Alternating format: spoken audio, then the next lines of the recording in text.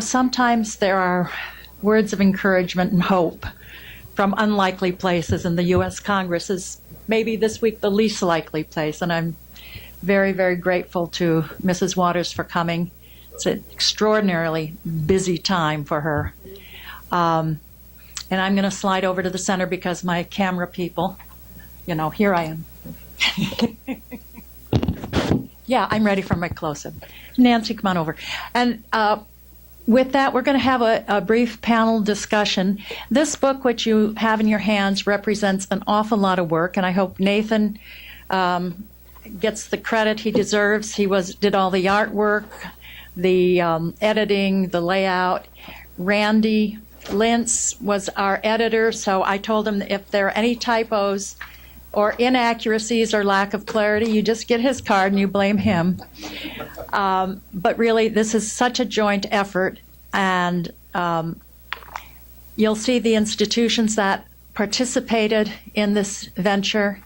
These are signed articles, so they do not necessarily represent institutional views, but they certainly are the views of individuals. And this is a great experiment because you'll note that the criteria for governance is quite clear. New Rules has done a lot of work on governance over the years, and there are criteria that we could ask all authors to consider in looking at the G20, Financial Stability Board, IMF, World Bank, and then the cluster of organizations working on international tax rulemaking. When it came to impact, we just don't have a lot of guidance. We couldn't go to the institution's own work on their studies of impact because they're sparse, and in many cases don't exist. So we asked real experts in the field to give us their best thoughts and their best ranking. And I would like the panel to make their remarks, and then we'll come back with questions and a broader discussion. So I'm going to start with Matthew, it doesn't look like he's wearing any hat, but he actually has two hats on. You have to look closely. He's got several actually. He's on the board of New Rules for Global Finance, and he's the director of Development Finance International and Development Relief International, and he's a formal member of the delegation from Cameroon. So, Matthew, you get to speak first. Thank you so much, Jo Marie. And in your usual modest fashion, you have downplayed the role that New Rules has really played in bringing all of these different stakeholders together and coordinating the preparation of this report. I don't think there's probably any other organization which could have done it so well. And I was at the meeting that happened in Basel a couple of months ago, where there were literally, I think, all the world's best experts on the impact and on the governance of international finance sitting in a room, being kind of forced, I think the word you used was exit visas, to produce their contributions to this report in about 6 hours. And I was astonished that we actually did it, because we had a bunch of academics who are not necessarily known for their focus and campaigners who are not necessarily known for their realism. But, we did it, and we did it because Jo Marie was there to make sure we did. So this is really your inspiration and down to you.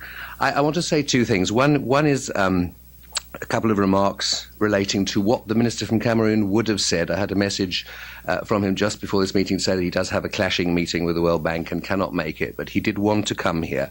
And the reason he wanted to come here was that really low-income countries welcome this report. They have, for a long time, notably through the network which we run together with the Organisation Internationale de la Francophonie, which, for those of you who haven't heard of it, is sort of the French equivalent of the Commonwealth. I know they kind of hate that when I say it because it does all sorts of different things, but it's the easiest way to explain it for those of you who don't know what it is. They organise meetings every spring, and annual meetings of low-income countries' finance ministers to put their views across.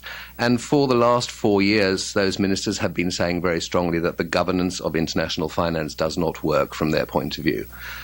For some years, we've been kind of trying to get people to live up to their promises and in a very strange way to let low-income countries get a sort of foot in the door.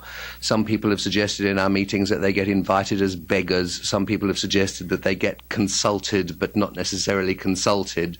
So there are all kinds of different ways that the institutions bring low-income countries in, I'm talking in this case about the G20 and the FSB, without really letting them have a voice. And the other day in our meeting, they just said, OK, we will remind Australia that they need to carry on doing what the other presidents of the G20 have done, which is to remember to invite us, because a couple of years ago, for example, Mexico forgot to invite low-income and African countries and had to be put under an immense amount of pressure before they actually remembered.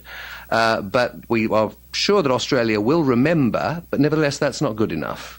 To be invited as kind of guests, or to be invited to lunch as they are at the G8, or to be having regional consultative groups through the FSB is really not good enough. So they just said, let's just cut all of that and let's focus on the fact that, rather astonishingly, we would like these institutions to adopt the same form of governance as the IMF and the World Bank have. Now, by that I don't mean the voting shares that they have or the quotas that they have, but I do mean that a system of representative constituencies where everybody has a voice and is formally represented at the table is the only way to go. And you often hear from people who are in the G20 or the FSB, oh, that would make things so complicated and more people around the table. It wouldn't. It would have about the same number of people around the table if you did it properly, and it would make sure that everybody was properly represented. Otherwise, as one of the ministers suggested the other day, really, why don't we just abolish these organisations and fold them into the UN, where at least we're all there? So let's make them properly representative or not have them. So that is one thing that I'm sure he would have said, apart from, of course, they have concerns about IMF quota issues, about third African chairs, about the World Bank representation, the way the IDA process works. But that, I think, is the most important aspect. I was so glad and inspired to hear Maxine Waters talking about labour issues and tax issues, because the other thing that they have really made a song and dance about in these meetings, low-income country ministers, is the fact that the decisions taken by the G8 and the G20 on tax issues are likely to deprive them of tax revenues, not to increase their tax revenues. I can't go into the details here, I'm happy to in questions, but there are some really strongly worded language in our communique from that meeting about how that might happen. And similarly, the bilateral investment treaties, including those of the US, and bilateral trade treaties, are also depriving countries of tax revenues. So to hear a person in Congress who obviously cared passionately about that and about developing countries' capacities to collect tax was also vital. But as Jo Marie points out so well in her really good part of this report on global tax rulemaking bodies, none of them has any real impact from developing countries, any real voice for developing countries. And that is a real problem going forward. And they demanded very strongly that in all the considerations of what the OECD and the IMF should be doing to implement the G8 and G20 decisions, they must have formal representation, not be consulted by some reports commissioned by the IMF, not be asked what they think by La Francophonie or other NGOs or international organisations, but actually be at the table to say what the impact will be. So this whole issue of voice is so vital to them. And of course they're members of the G24 and they're members of other structures which bring them together with other developing countries. But they really want people to hear their own voice directly in these meetings and make sure there's a proper system of representation. So that's the first thing I wanted to say. And the second thing is really just to underline what Jo Marie said about this being a preliminary effort. I won't go into, I was responsible for the IMF and World Bank impact parts of this report, but I won't go into any of their conclusions. I really just want to say that I think we all recognise this is the first attempt. We all recognise we may have made some errors, and we all recognise we probably need to improve our methodology. And we really would like all of you, insofar as you have knowledge in probably much more specialised in details than us, to contribute to how we can improve this in future. But I think this is a really vital first step. I think we should not be looking, a lot of the initial reaction we had to this report was about the numbers. And yes, of course, numbers are important, and numbers are vital. As I remember, we had a debate in the committee preparing this report. We need numbers, because otherwise nobody will read the report, because people love rankings and scores. But at the same time, the numbers are not important. What's important is the analysis that's there, and whether that's right or not, and whether that helps the organisations to identify how to do things better in future. So we really hope that you can contribute things to us, particularly examples of good performance. I mean, I was hearing the other day, for example, we're pretty scathing in here about the IMF's impact on tax policies. But I was hearing from one low-income country that an IMF technical assistance mission happened to be in the country, this was a couple of months ago, and actually talked them out of signing a bilateral investment treaty with Mauritius, a double taxation treaty actually, with Mauritius, which would probably have resulted in them losing all of the tax revenue from their main mining company, which was planning to relocate itself to Mauritius as soon as they signed the treaty. So that was a very good example of the IMF, in an ad hoc way, giving good tax advice to a country. So the more they could do things like that, the better. I think the other thing that Jo-Marie said was that we found that there was so little analysis of the impact of these organizations, which is quite frightening.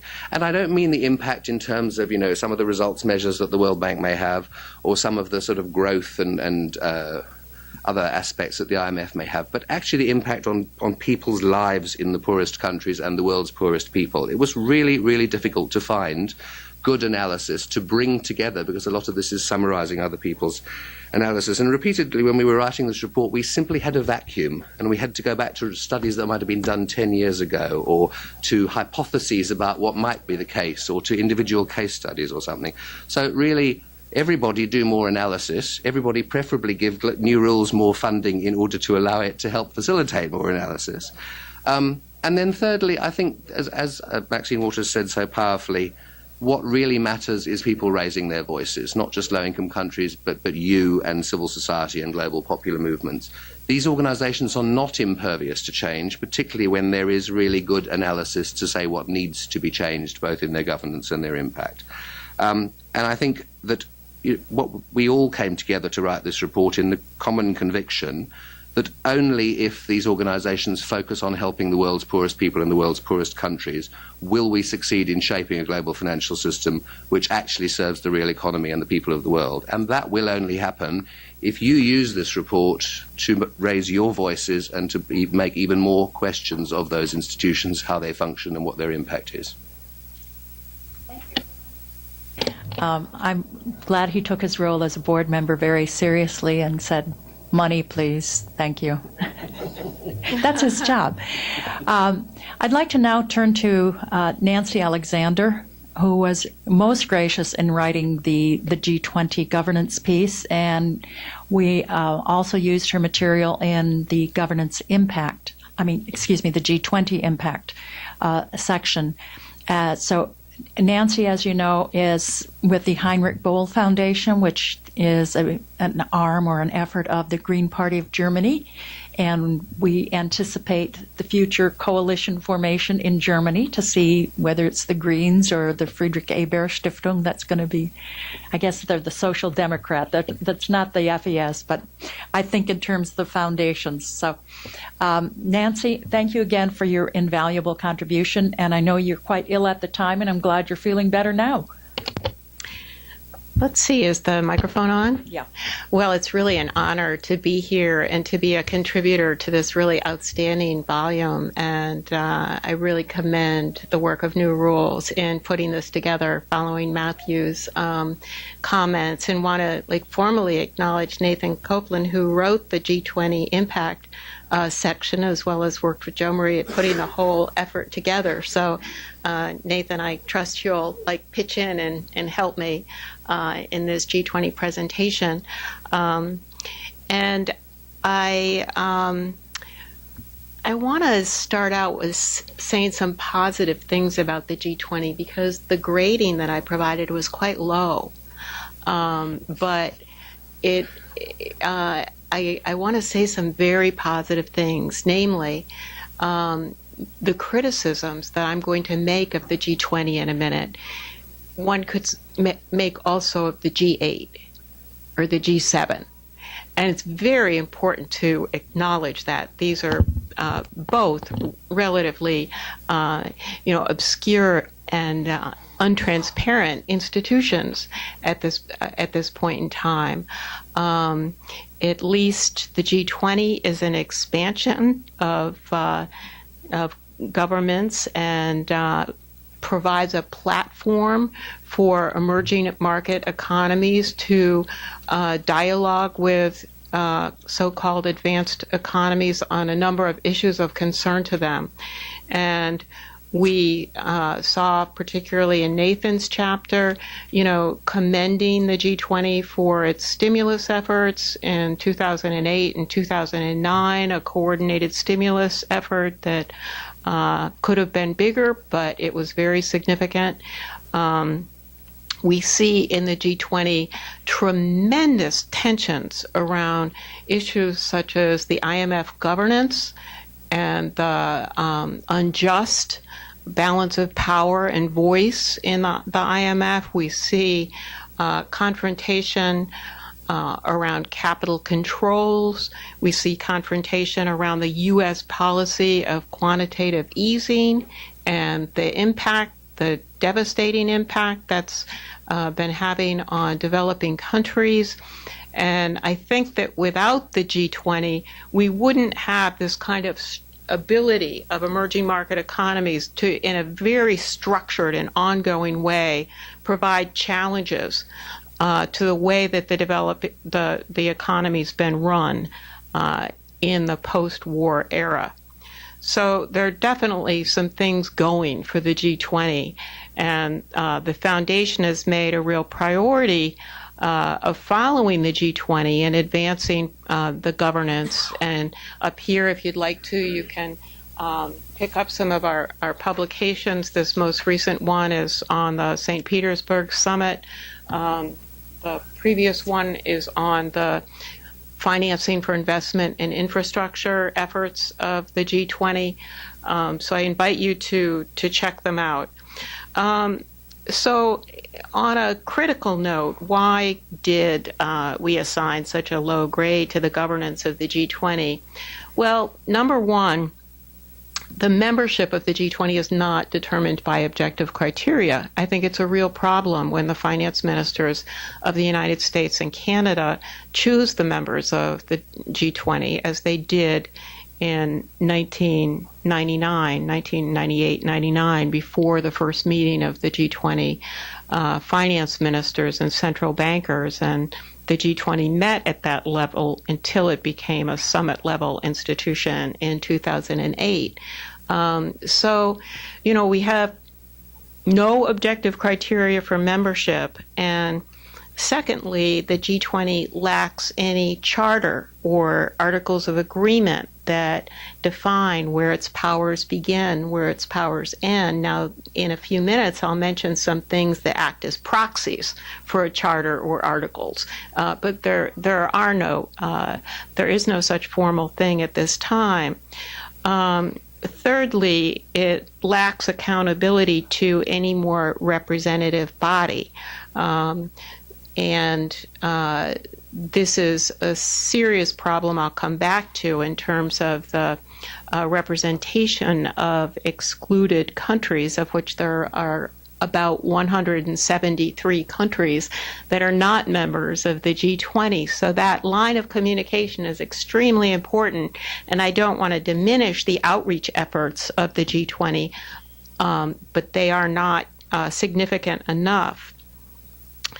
There's another significant problem with accountability insofar as the G20, and Amar's far more expert on this than I am, but it constitutes the vast majority of votes in the IMF and World Bank.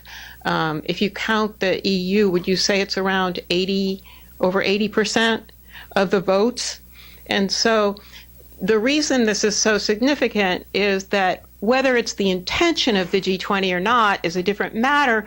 These countries can act as a caucus within the IMF, as a caucus within the World Bank, as a caucus within the United Nations. And some people will laugh and they'll say, well, we don't have to worry about that because the G20 doesn't agree on enough to really make use of power that it could have. And I think that's a short-sighted view because while it does hold true in some areas, like infrastructure and mega projects that are that the G20 is designing a project for launching around the world. There's appears to be a lot of consensus. I'd be glad to be challenged on that, but that's the way it appears to me. Then, in terms of transparency, there are two levels of transparency that are important when talking about the G20. First of all, there's the level of transparency at the country level. So in India, Russia, South Africa, Brazil, in the United States, where is the website? Where are the contact people for, say, citizens of Brazil to talk to the Brazilian government, citizens of India to talk to the Indian government about their positions? Indonesia has just announced that it will be the global flagship for public-private partnerships in infrastructure. How do the Indonesians talk to their representatives on the G20? Right before the Mexican summit, I asked the Mexican foreign minister if she would provide civil society with a list of the members of the development working group and a list of the G20 Sherpas. And she said, unfortunately, she could not do that, that was confidential information. How can civil society even begin to think about itself as a coherent actor when it has to do actual research in capitals to find out who is representing them with a completely changing cast of characters on a regular basis? To me, this is really unacceptable. This is a reason for a very low grade when civil society cannot talk to their national representatives without a lot of research. That doesn't work.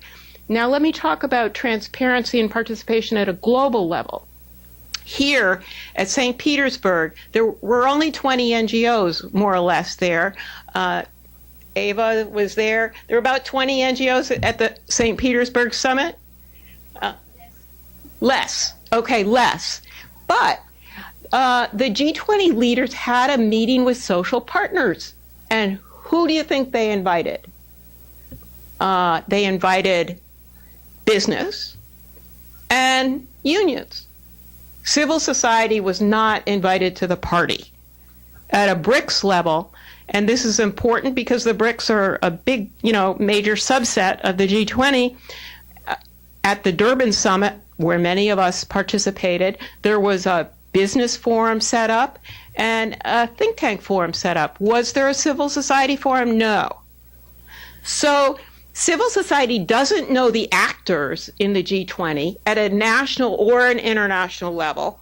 It's a black box, and we have no formal channels of communication.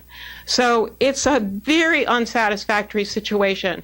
I invite you to pick up the Business 20 recommendations to G20 leaders, starting out with free movement of capital, multilateral investment agreement. I invite you to pick this up because there's an increasing amount of power and coordination around implementing these recommendations with no meaningful countervailing influence from civil society. This was not true. I mean, the G8 was not organized with so many ministerial and working groups at the international level the way that the G20 is. And I would just like to say a word about some of the proxies for the Articles of Agreement in the G20. So people that want to get into more depth about how the G20 works, I would suggest that you look at three things.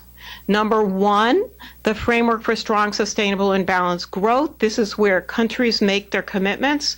And you can look at these commitments and make some judgments about, is the IMF preventing the possibility of future financial crises?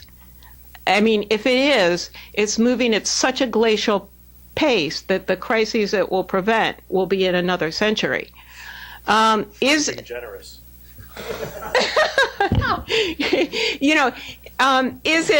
Is it looking seriously at employment, or is it just committed to austerity and facilitating the IMF's imposition of austerity in up to 132 countries next year? Is it promoting jobs? Or if you look at the Framework for Strong, Sustainable, and Balanced Growth, you'll see how it includes efforts to cut minimum wages, cut job protection, cut unemployment insurance, and so when you look at the commitments, and there were around 113 commitments in the St. Petersburg Declaration, my emphasis is that not all commitments are created equal. That we don't want the G20 to be accountable and to follow through and implement commitments that would violate domestic laws, ILO conventions, domestic collective bargaining processes. No, we don't want accountability, if that's what it means. And I really want to work with New Rules on this point, because it's not about just bean counting which commitments are implemented and which aren't. It's looking at the nature of the commitments. And New Rules does that more than like the G20 research group in Canada. It really looks at the importance of the commitments. The second framework, do I have another couple of minutes? I'm getting awfully verbose. Cut to the chase. I don't have much to say. So. Well, Yes, you do. Cut to the okay. chase. Nancy. Okay. roll. The second really important framework is the Development Action Plan of the G20, and the reason that this is so important is that the G20 actually had a process for evaluating the 67 commitments made in development. And I have a few copies of the evaluation here. Now, of these 67 commitments, the G20 Development Working Group claims that only one stalled. But it's very symbolic. It's very symbolic. The one relates to environmental safeguards for big infrastructure projects. That's pretty symbolic because if you look at either the Development Action Plan or the Framework for Strong, Sustainable, Balanced Growth, there is no green dimension.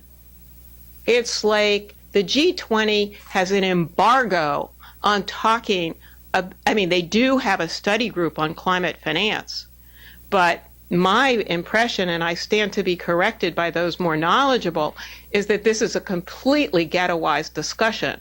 It has no bearing on the recommendations and actions of the G20 going forward.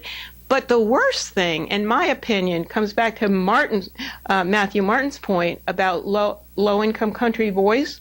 The Development Action Plan is intended for developing countries, but the accountability report looks at the extent to which low-income countries actually participated in discussions around the implementation of the Development Action Plan, and it was trivial. There were like 13 countries over a period of 3 years that participated in discussions about the Development Action Plan, and most of them were not low income. So it's true that there are outreach efforts, but, like Matthew was saying, being invited to share hors d'oeuvres is really different than, serving the main course. So the third framework that serves as a proxy for a charter is the Anti-Corruption Action Plan. And I think that, in my view, the most important thing to come out of the G20 summit in St. Petersburg, but I look forward to hearing from Eric, is the fact that the G20 really came in support of the automatic exchange of tax information. And in my chapter, I write about the associated and complementary actions that need to be taken in order to make that a successful effort. And I won't go into that now. So for those of you that want to look at those three proxies for a charter, I invite you to do so. Thank you. You want to. And you wonder why we asked her to write on the G20, So her knowledge is amazing, as is her passion and her ability to articulate it and to motivate the rest of us. Eric was one of those people who was dragooned into going to Basel, and that was part of our work on the Financial Stability Board. The FSB work is core to New Rules agenda. It's the newest entity that's writing financial regulations, I say not only for planet Earth, but intergalactic rules, because there is no one else. It's a very peak. And they do a lot of good. They are doing some really tough work, and they are accomplishing a great deal. There's a lot more to go. We want them to also look at taxes and tax havens and sovereign indebtedness, because we feel that these are issues that can really erode global financial stability. They don't feel they need to work on it, that there are other places, but in any event. And we had an opportunity in Basel to bring translators together. These are people who are in touch with and work with campaigners at the grassroots level, and with they can read the Financial Stability Board documents, and they can translate from one language to another, from the FSB language to campaigner talk. So Eric was there, and he was part of the team working on sovereign indebtedness. We did have meetings with first the Deputy Secretary General for the Secretariat of the Financial Stability Board. He planned to spend an hour with us. He took 2.5. He liked us, went to dinner with us, bought the wine. He paid for all the alcohol. It was great. That's a good way to start any relationship. And then the head of the Secretariat, Svein Andresen, met with us not for 1 hour as he thought, but for 2. And I would like to say that his moment of greatest shock was when I suggested that maybe all multi-stakeholders did not have equal access. And I suggested that the private sector seemed to have much closer relationship and access to the FSB Secretariat than civil society. And he thought we were sorely mistaken, until the woman from SOMO talked about how they track the Basel Committee of Banking Regulations. And she says, well, we try to attend those meetings. We finally get word of them like the evening before, and we show up, and the business community already have the final documents in their hand, completely read. So that was just a clear statement that they do need to wake up and, be more inclusive. They're very gracious when we approach them, but we always have to take the initiative, so we will, and we are. With that, you can talk about bondage and, not bondage, God forbid. Debt bondage, debt servitude, and the Basel Committee. Okay, get out of that one, Eric. Well, yeah, I'll keep it to what I have prepared remarks for. But, I would say I do remember being locked in that room in Basel with Matthew and a few others when Jo Marie locked the door, and we were in our final few days of trying to get, or our final few hours, rather, of trying to get the report out. And Jo Marie stood up and she said, you know what? No one gets a free trip to Basel. And I remember thinking, well, wow, if this is Jo Marie's idea of a vacation, I hate to see what one of her meetings actually look like.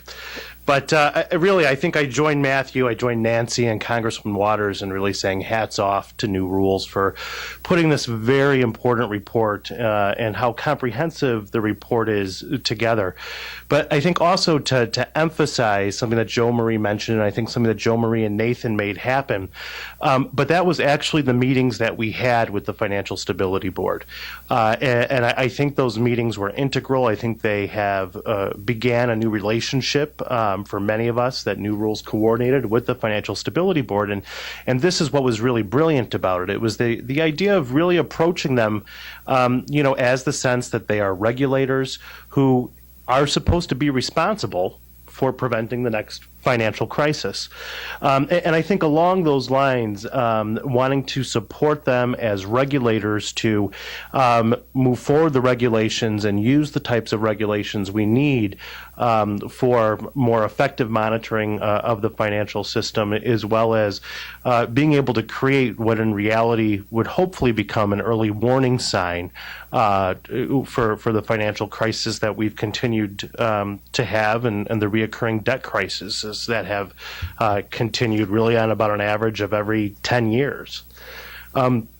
So I think a few of the things in terms of talking about the Financial Stability Board and Jubilee USA's contributions to the report. Our contributions are on page 16 of the report, and they deal primarily around the issues of sovereign indebtedness, as well as looking at curbing illicit financial flows. And I think, when we look at this reality, it's always important for me to start by remembering that this financial crisis that we've gone through has moved more than 70 million people into extreme poverty, mostly women and children. And so I think that really raises the bar for us and the need for us to address the reality of the combined issues and interrelated issues of sovereign indebtedness and the taxation issues of curbing illicit financial flows, because I think addressing those are putting us on the path for being able to prevent financial crises in the long term. A few points, just to break down that page again in terms of what it means to what we're trying to address. So, the first half of it deals with sovereign indebtedness. The other issue deals with taxation and illicit financial flows. So when we're looking at sovereign indebtedness, just to understand how important it is to address these kinds of issues in a long-term sustainable way, we need to understand that in every $10 in development aid that comes from northern countries to southern countries, more than $30 exits the country for debt payments. And for us at Jubilee USA and many of our partners, we actually view that as another form of illicit financial flows. And then when we look at the issues of taxation and illicit financial flows, for every $10 that comes in development aid to southern countries from northern countries and IFIs, more than $15 leaves the country in terms of revenues that the country should have gained through illicit financial flows. So, putting it in that context, it makes a lot of sense why it's incredibly important to be able to deal with these issues and to be able to have international regulators that can look at these issues in a serious way. So in terms of some of our recommendations to the FSB and some of what's come out in the report, one of the things that we really looked at was some of the work that the UN Conference on Trade and Development has been doing on the principles of responsible lending and borrowing. There's been several other UN agencies that have looked at these types of principles as well, but some of the most concrete we have right now and what are being transferred into applicable guidelines are from the UN Conference on Trade and Development, the principles of responsible lending and borrowing. And what I love about the principles of responsible lending and borrowing is none of it's rocket science. They're things like if you don't have money, you shouldn't spend money. If you sign a contract, you should know what that contract means, and there shouldn't be hidden clauses that you don't see. That there should be basic accountability and transparency issues. And I think one of the ways that we've seen these principles utilized, and I think we'd like to see the Financial Stability Board, utilize them in further reviews, is recently with the Norwegian debt audit. So Norway recently did an audit of its loans that it has outstanding to countries around the world, and they had the firm of Deloitte do the audit according to the principles of responsible lending and borrowing. I think this gives us, in some sense, an initial concrete case of how actually there can be a regulatory framework to use these principles.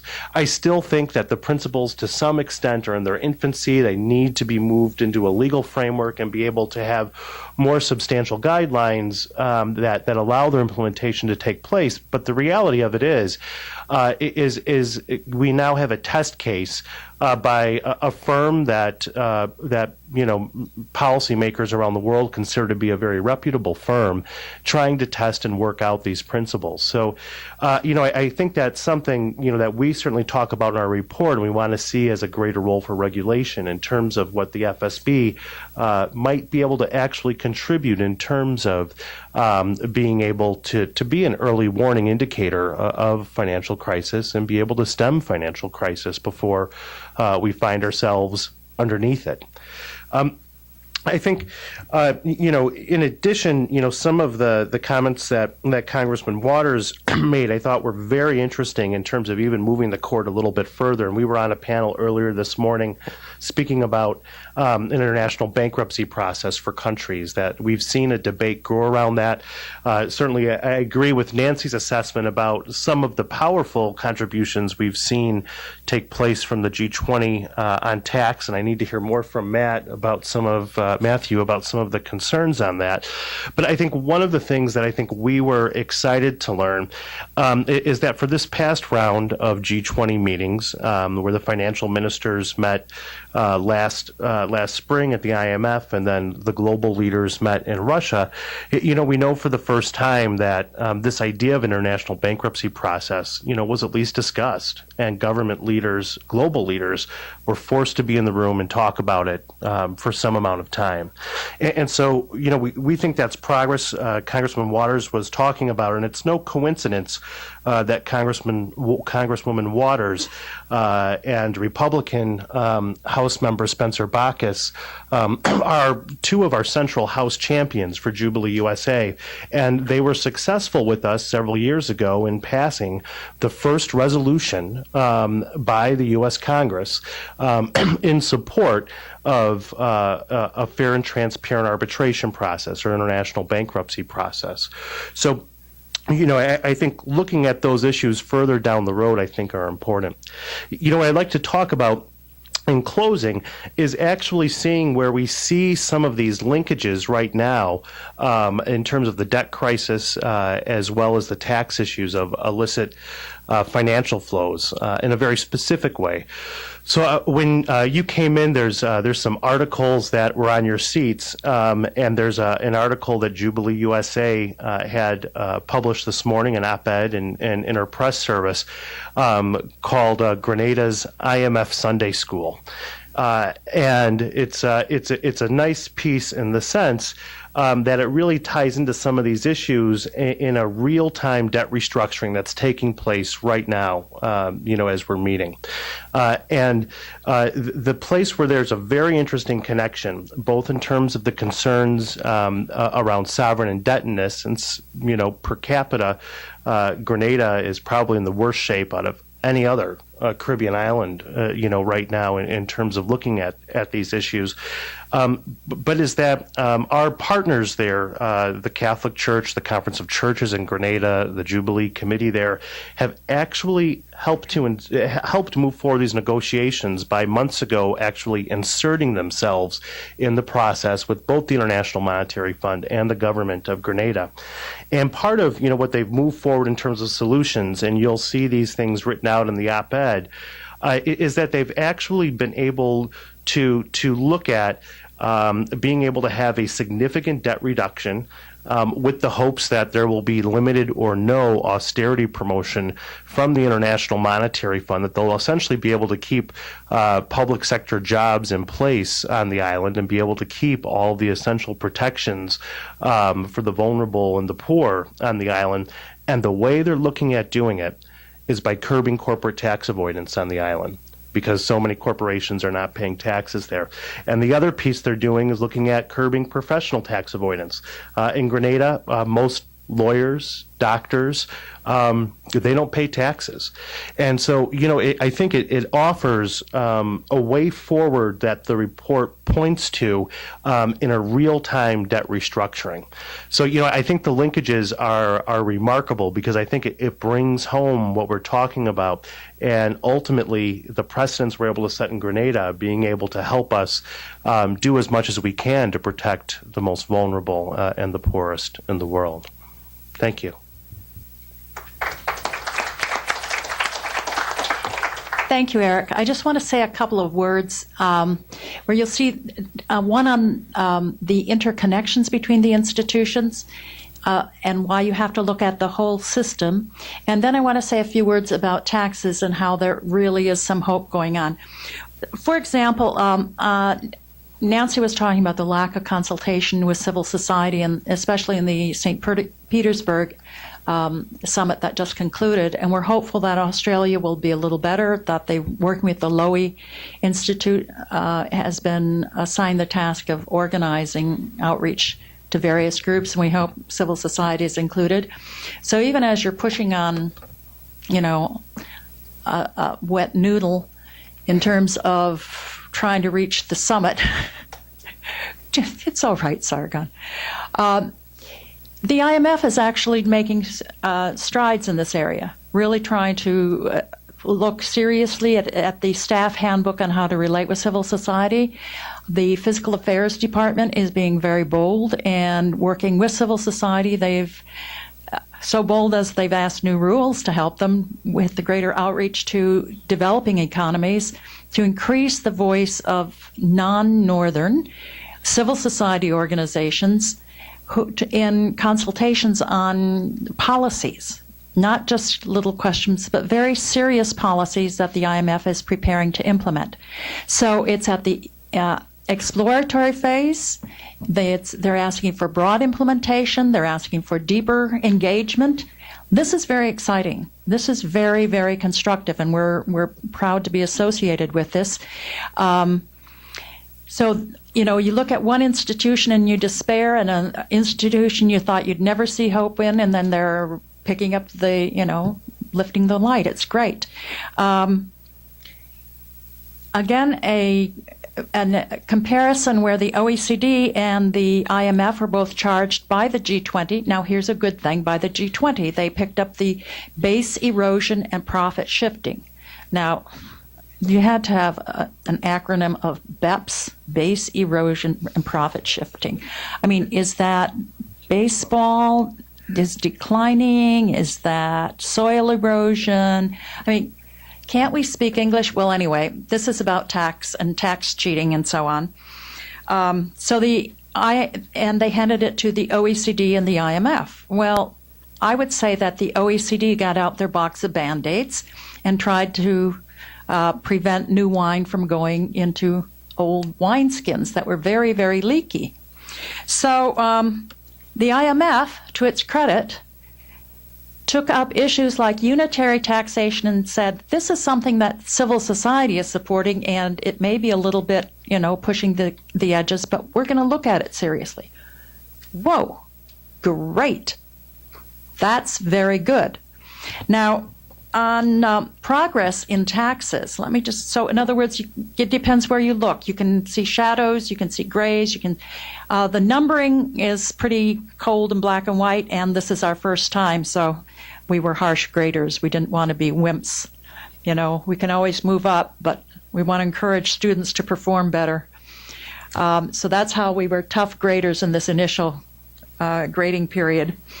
Now, in taxes, almost anything that the Tax Justice Network and the campaigners in the United States itself, the FACT Coalition, which is Financial Accountability and Corporate Transparency, that was designed over beers one night, I admit. But I think it's a great acronym. We're working on domestic law changing in the United States, which has international consequences. Beneficial ownership, who actually owns the trusts and all those little secret corporations set up in the tax havens, or secrecy jurisdictions as they're called. We refer to something as tax fraud, and forget the distinction between evasion and avoidance, because it's all sleazy cheating. Get over it, pay your taxes, be honest. Automatic exchange of information, supported by the G20. I mean, the angels in heaven are singing. I mean, good grief. When did we ever expect this to happen? So it has to be implemented. And then country by country ownership.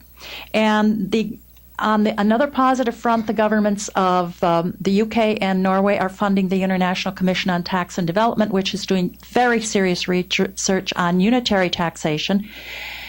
And here I'm just going to go into legal code. Unitary taxation, which will have transfer pricing be replaced by formulary apportionment. And you don't understand that, I can offer a translation. we do have formal translators for these issues. But you can see why we need translators with regard to the Financial Stability Board and campaigners. Many times it's not the substance that's hard, it's the vocabulary that deliberately distorts. So this is part of our job to do the translating. We invite you to engage with us in this process. We'll have some, once we can get the website up and running again, we will have a spot where you can post your comments, your suggestions, your feedback, rewrite whole sections, whatever you want. So with that, I will be quiet and ask for your comments and questions.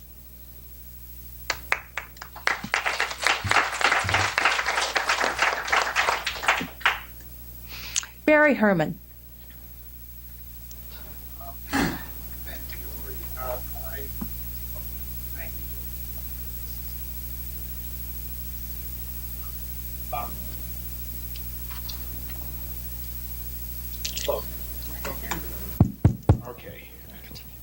Okay. Again, thank you, Jo Marie. I, of course, haven't read the report yet because I just picked it up. But You're not allowed to. Yeah. That's, never mind governance of new rules. No. No. But I wanted to say, okay. No. It's very interesting. But one thing stands out to me, which is that each of the, you called them institutions, but they're not all institutions, are treated as, independent exercises, when really there's a system here, and the G20 sits on top of it, right? Sort of essentially giving the instructions to everybody else. So, and then that also is another interesting thing, is that you didn't need or didn't feel any need to assess the United Nations, which is increasingly irrelevant. It's in the tax section. Yeah, okay. But there's a larger agenda at the UN. And just if I may comment that, because there's a big fight going on now. Well, at least finally the fight is a little bit engaged. Effort to narrow down the agenda at the UN, to reduce it to a set of sustainable development goals, which is sort of poverty and the environment, and to take out all the systemic issues of finance and trade and so on, and essentially say that's no longer really of interest to the in the United Nations. At least some of the countries that developed financing for development from Latin America are again beginning to engage with a counter struggle, maybe. And also at the UN, there's a governance problem going on, in that traditionally all meetings have been open in the sense that even if you couldn't speak, you could somehow hear what's going on. Now there are meetings that are there's an intergovernmental expert group on sustainable development financing. Well, that's the issues here. It is 30 members, and some of them are government representatives, and others are experts chosen by government representatives. No one else is allowed in the room. Okay? Non-member governments are not allowed in the room. NGOs not allowed in the room. And in other processes where NGOs can participate, it's now increasingly structured as the major groups, which was the outcome of the Rio conference 20 years ago. So the major groups are A, well-funded, and B, quite restrictive. So business is a major group. Labor is a major group. Farmers are a major group. Guess which comes? Small peasant farmers or agribusiness? And it goes on and on and on like that. And so that there is a need. Next time, please include the UN in this. Expect a call, Barry.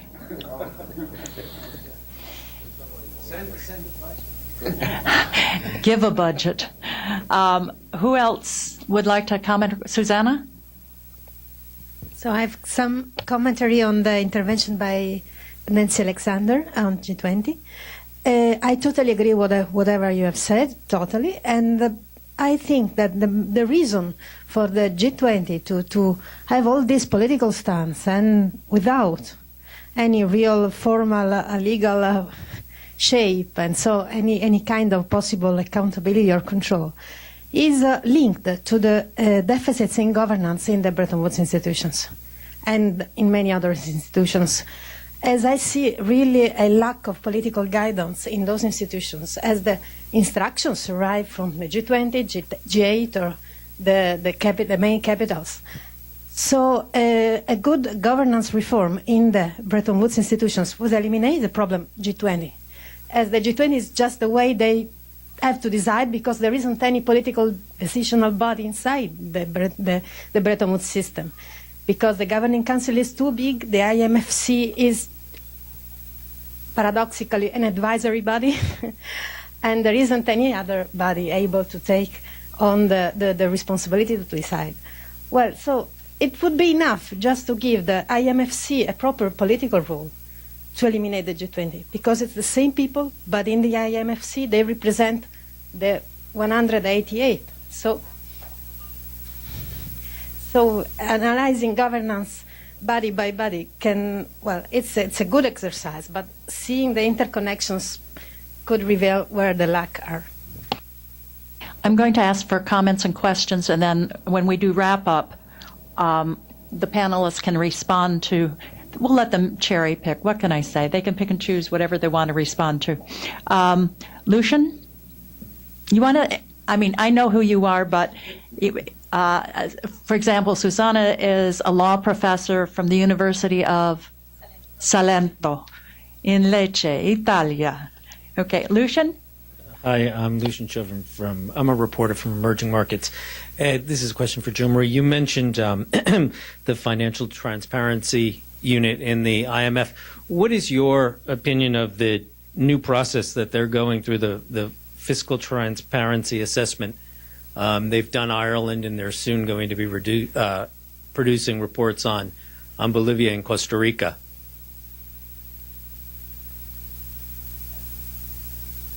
I'll answer it when it's my turn.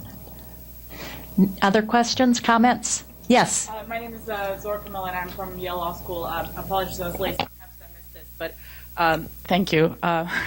I'm especially interested in questions of international tax governance, and so I noticed, as has been pointed out before, that tax was sort of treated differently in that it's, unlike the other parts of the report, it's not an institution, but it's kind of a series of different mechanisms. And of course, to me, the problem is that there is no such thing as international tax governance. So I'm just curious if you could say a bit about your decisions, how to, when you were deciding which institutions to evaluate and how to organize the report, what drove that? And then one more question, if I may. I wonder if you could give examples of what you think would constitute examples of good governance in the international system, because I think that would be very tricky. I know that you said you were tough graders, and I appreciate that. I think it's entirely justified. But, to me, if we were to, ask colleagues who work on World Trade Organization or environmental matters,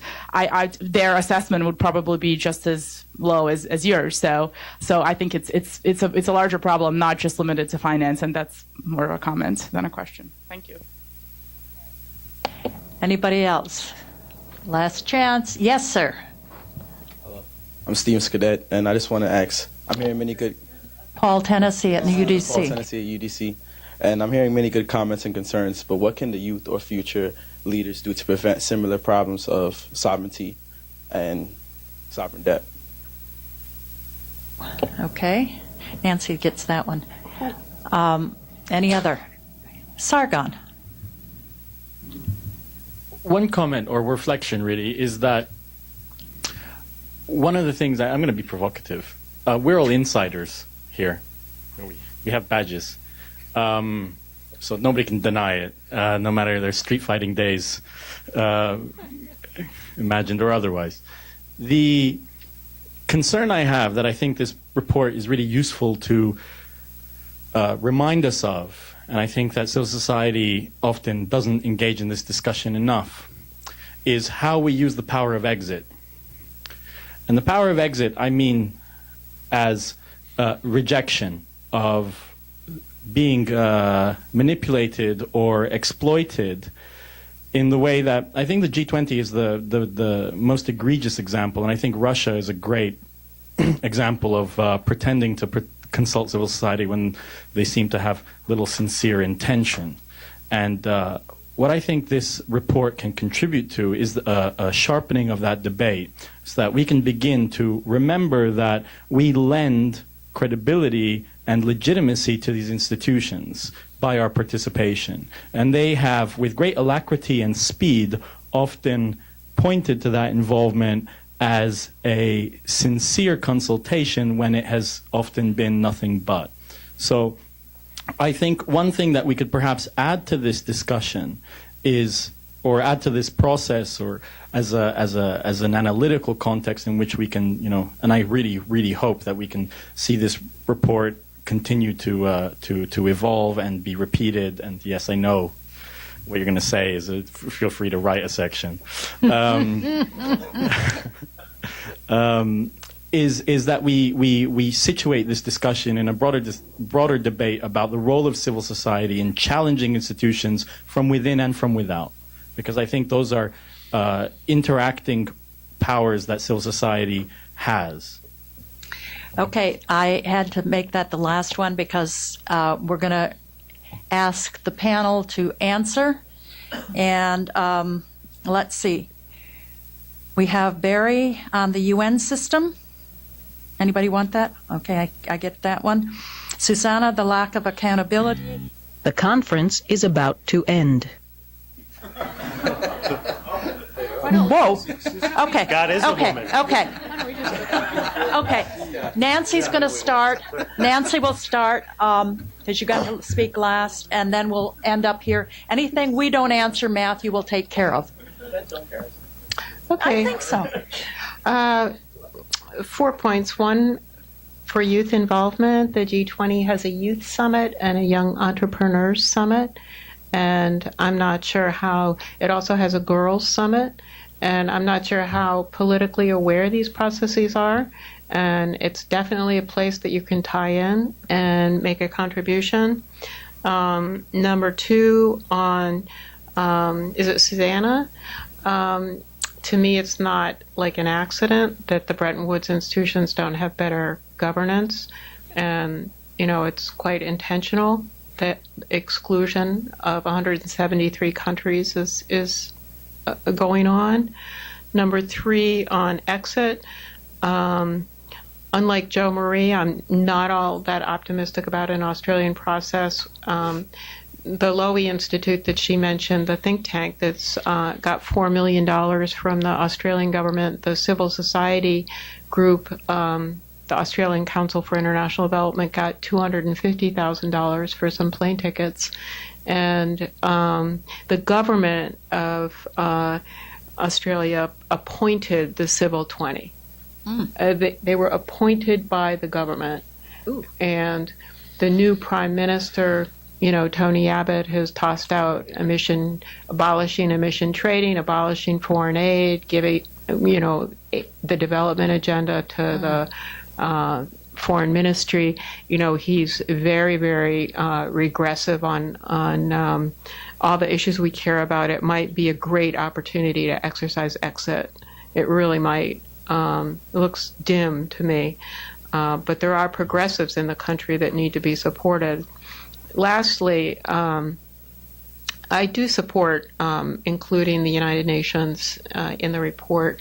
And I think that for all of you that have been part of UN efforts on financing for development, please pay special attention to the G20 financing for investment effort. We did a whole issue on FFI, on financing for investment. And the concept is like completely overtaking the notion of financing for development or sustainable development. And it would be really interesting to know the relationship of the body that you're discussing with the G20's financing for investment. I think there's a conversation to be had there. Thanks. Eric? I'll just keep my comment very brief and actually just react to Sargon, because I think you're absolutely right. And I think in terms of accountability and transparency, with the International Monetary Fund and the international financial institutions, even how these meetings are taking place, I think there's some indication it's getting worse, where I think many of us would want more than consultation. But for the past few years, at least we've been in the basement of where the official sector is meeting, although only a very few of us at particular times have been able to go up and participate in those things. I think what's important to note is all the things that are being discussed in this report, even as much as the issue of the bankruptcy process and some of these tax issues, there's discussions all taking place in official sector meetings that we're not privy to. So there's no doubt that I'm concerned. I mean, now we're like 3 blocks away from where the meetings happen. We used to be in the basement. I'm a little bit worried that next year we're going to be in Baltimore, Maryland. And I think the other piece that I think we really need to understand and address is that there was a choice that much of civil society made to leave the streets and to be able to go into the meetings. Whether or not that was a good choice, I think that's certainly up for debate and reflection. But as many of us have done that, it has meant that there's a message that's being co-opted. And what we've seen in the recent years is that actually the International Monetary Fund and the World Bank is bringing who they want to come from civil society. So, those of us who've looked at macroeconomic issues for a long time, it's wonderful to have more partners and allies come. But the reality of it is the IMF and World Bank, they're not bringing in the folks that are focusing on the macroeconomic issues. And I think that is something which we should all be very concerned about, and I think it illustrates the need for all of us to make space at the negotiating table, as well as to continue to find ways to be in the streets. Okay, thank you. Matthew? Yes, first of all, just to say I really agree with Barry that we should be looking at the UN, and I think there are, I work very closely with different bits of the UN, and I think there are some very positive lessons we could learn from it, and as you pointed out, some real governance problems as well that we need to look at.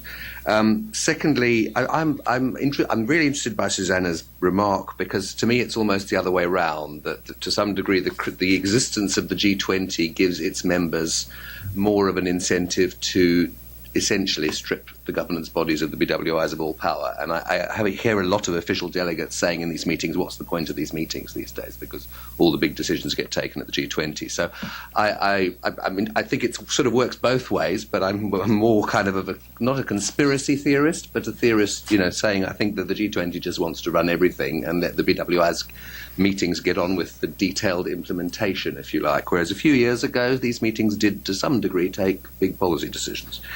On the youth engagement, I think this is really the most vital question.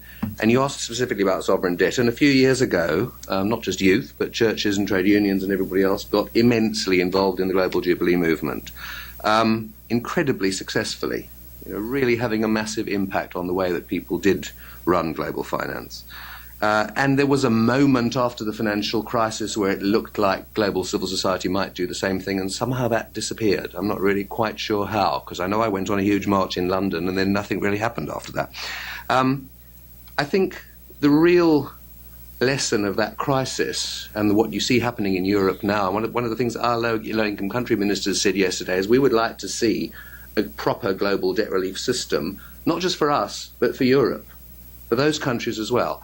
The real lesson of this crisis is about solidarity between North and South, that we all have the same problems. I mean, God knows, if the US were to default on its debt, that would be even probably worse for everybody as well. And so therefore, if you say, what should you be doing? You should be working with the organisations that really care about North-South solidarity. I have a great honour to be on the Council of Oxfam.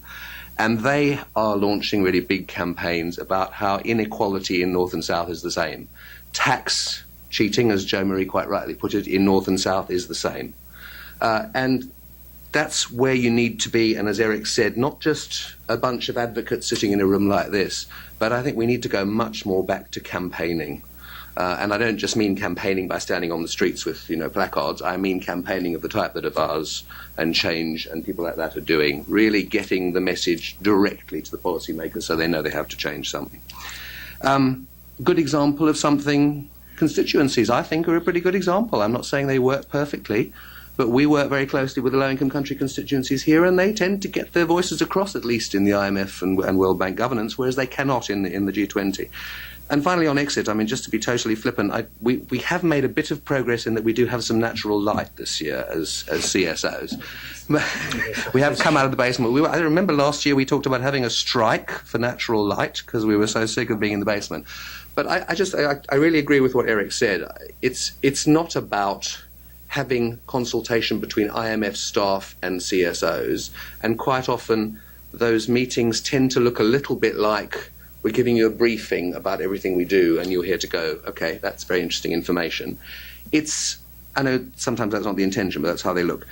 It should be about a genuine dialogue between the official delegates and the civil society delegates, and the IMF and the World Bank should be sponsoring that. This is the one chance that a lot of people would get to have a genuine discussion between, for example, the German finance minister in Jubilee Germany in front of everybody else.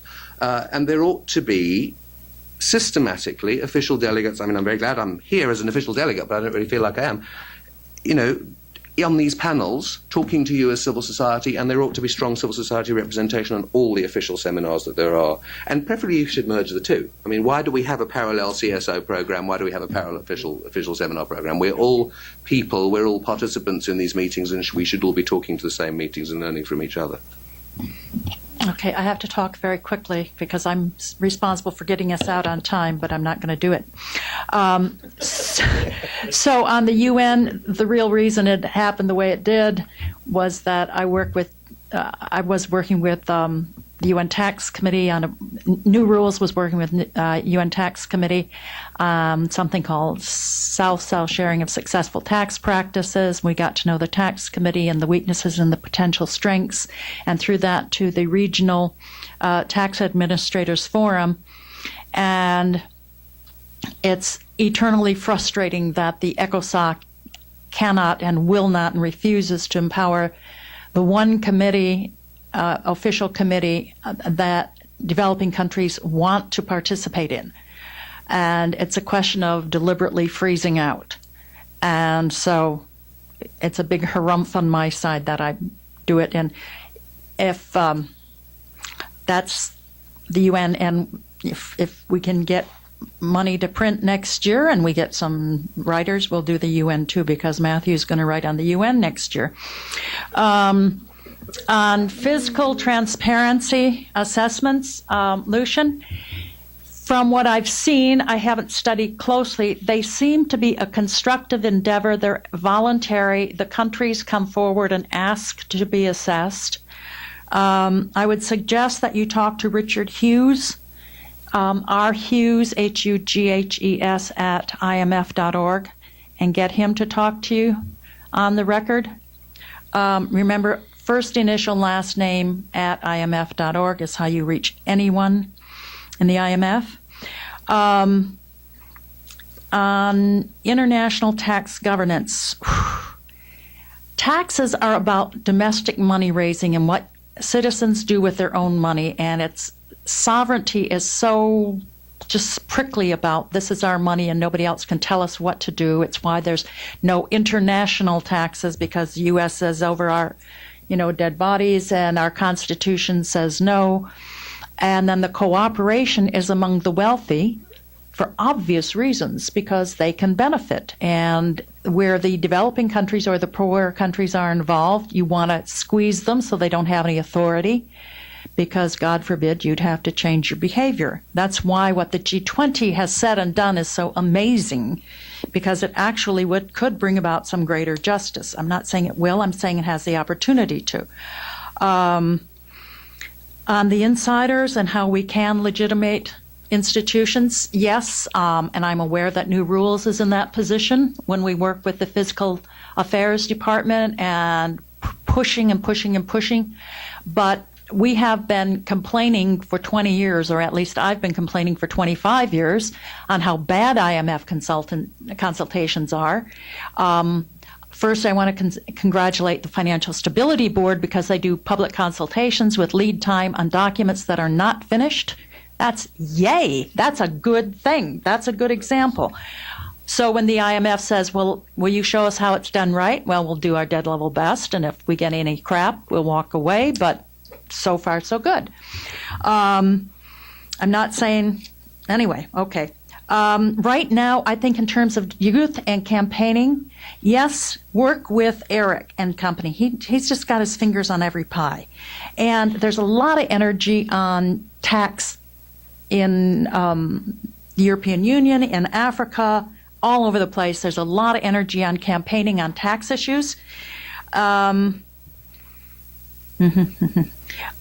complaint is, why are IMF and World Bank staff running civil society sessions and we're told we don't have enough space for all the CSO sessions? That doesn't make sense to me. I mean, they're very informative, and I go to them and I learn, but that's not the purpose of. There really should be one set of seminars, and the final, Eric, I apologize. I badgered John Garrison for years to get the hell out of the basement. I was so tired of being in the basement. I felt like a rat in a dark hole, and I just wanted natural light. Please, John, natural light. Please, can we have natural light? No. Do you? Everybody realize that? Yeah. Nobody in the press center wants to come over here because they need somebody to hold their hand. I had no idea. And I think, just to say, I think there's no doubt a very concerted effort on the part of the fund this year to separate journalists from civil society. And I think we see that in numerous ways. I mean, I think we're still able to go out there, but that's the most significant thing that's happened. Is there's been a concerted effort to separate the press from the civil society unit. So I mean we can see it, we feel it. Can I just add one thing on that separation? I think it's important. I think our low-income countries press conference is the only one into which CSOs are allowed, following an incident which happened, I think, about 80 years ago, where a CSO tried to unfurl a banner in somebody's press conference. Now, I mean, that really, that's a ridiculous example of separation. I was thrown out of a press conference in Tokyo. I was escorted out with an armed guard. Yeah. Okay. Thank you so very much. We have to get out because we have to be gracious to the people in the room next.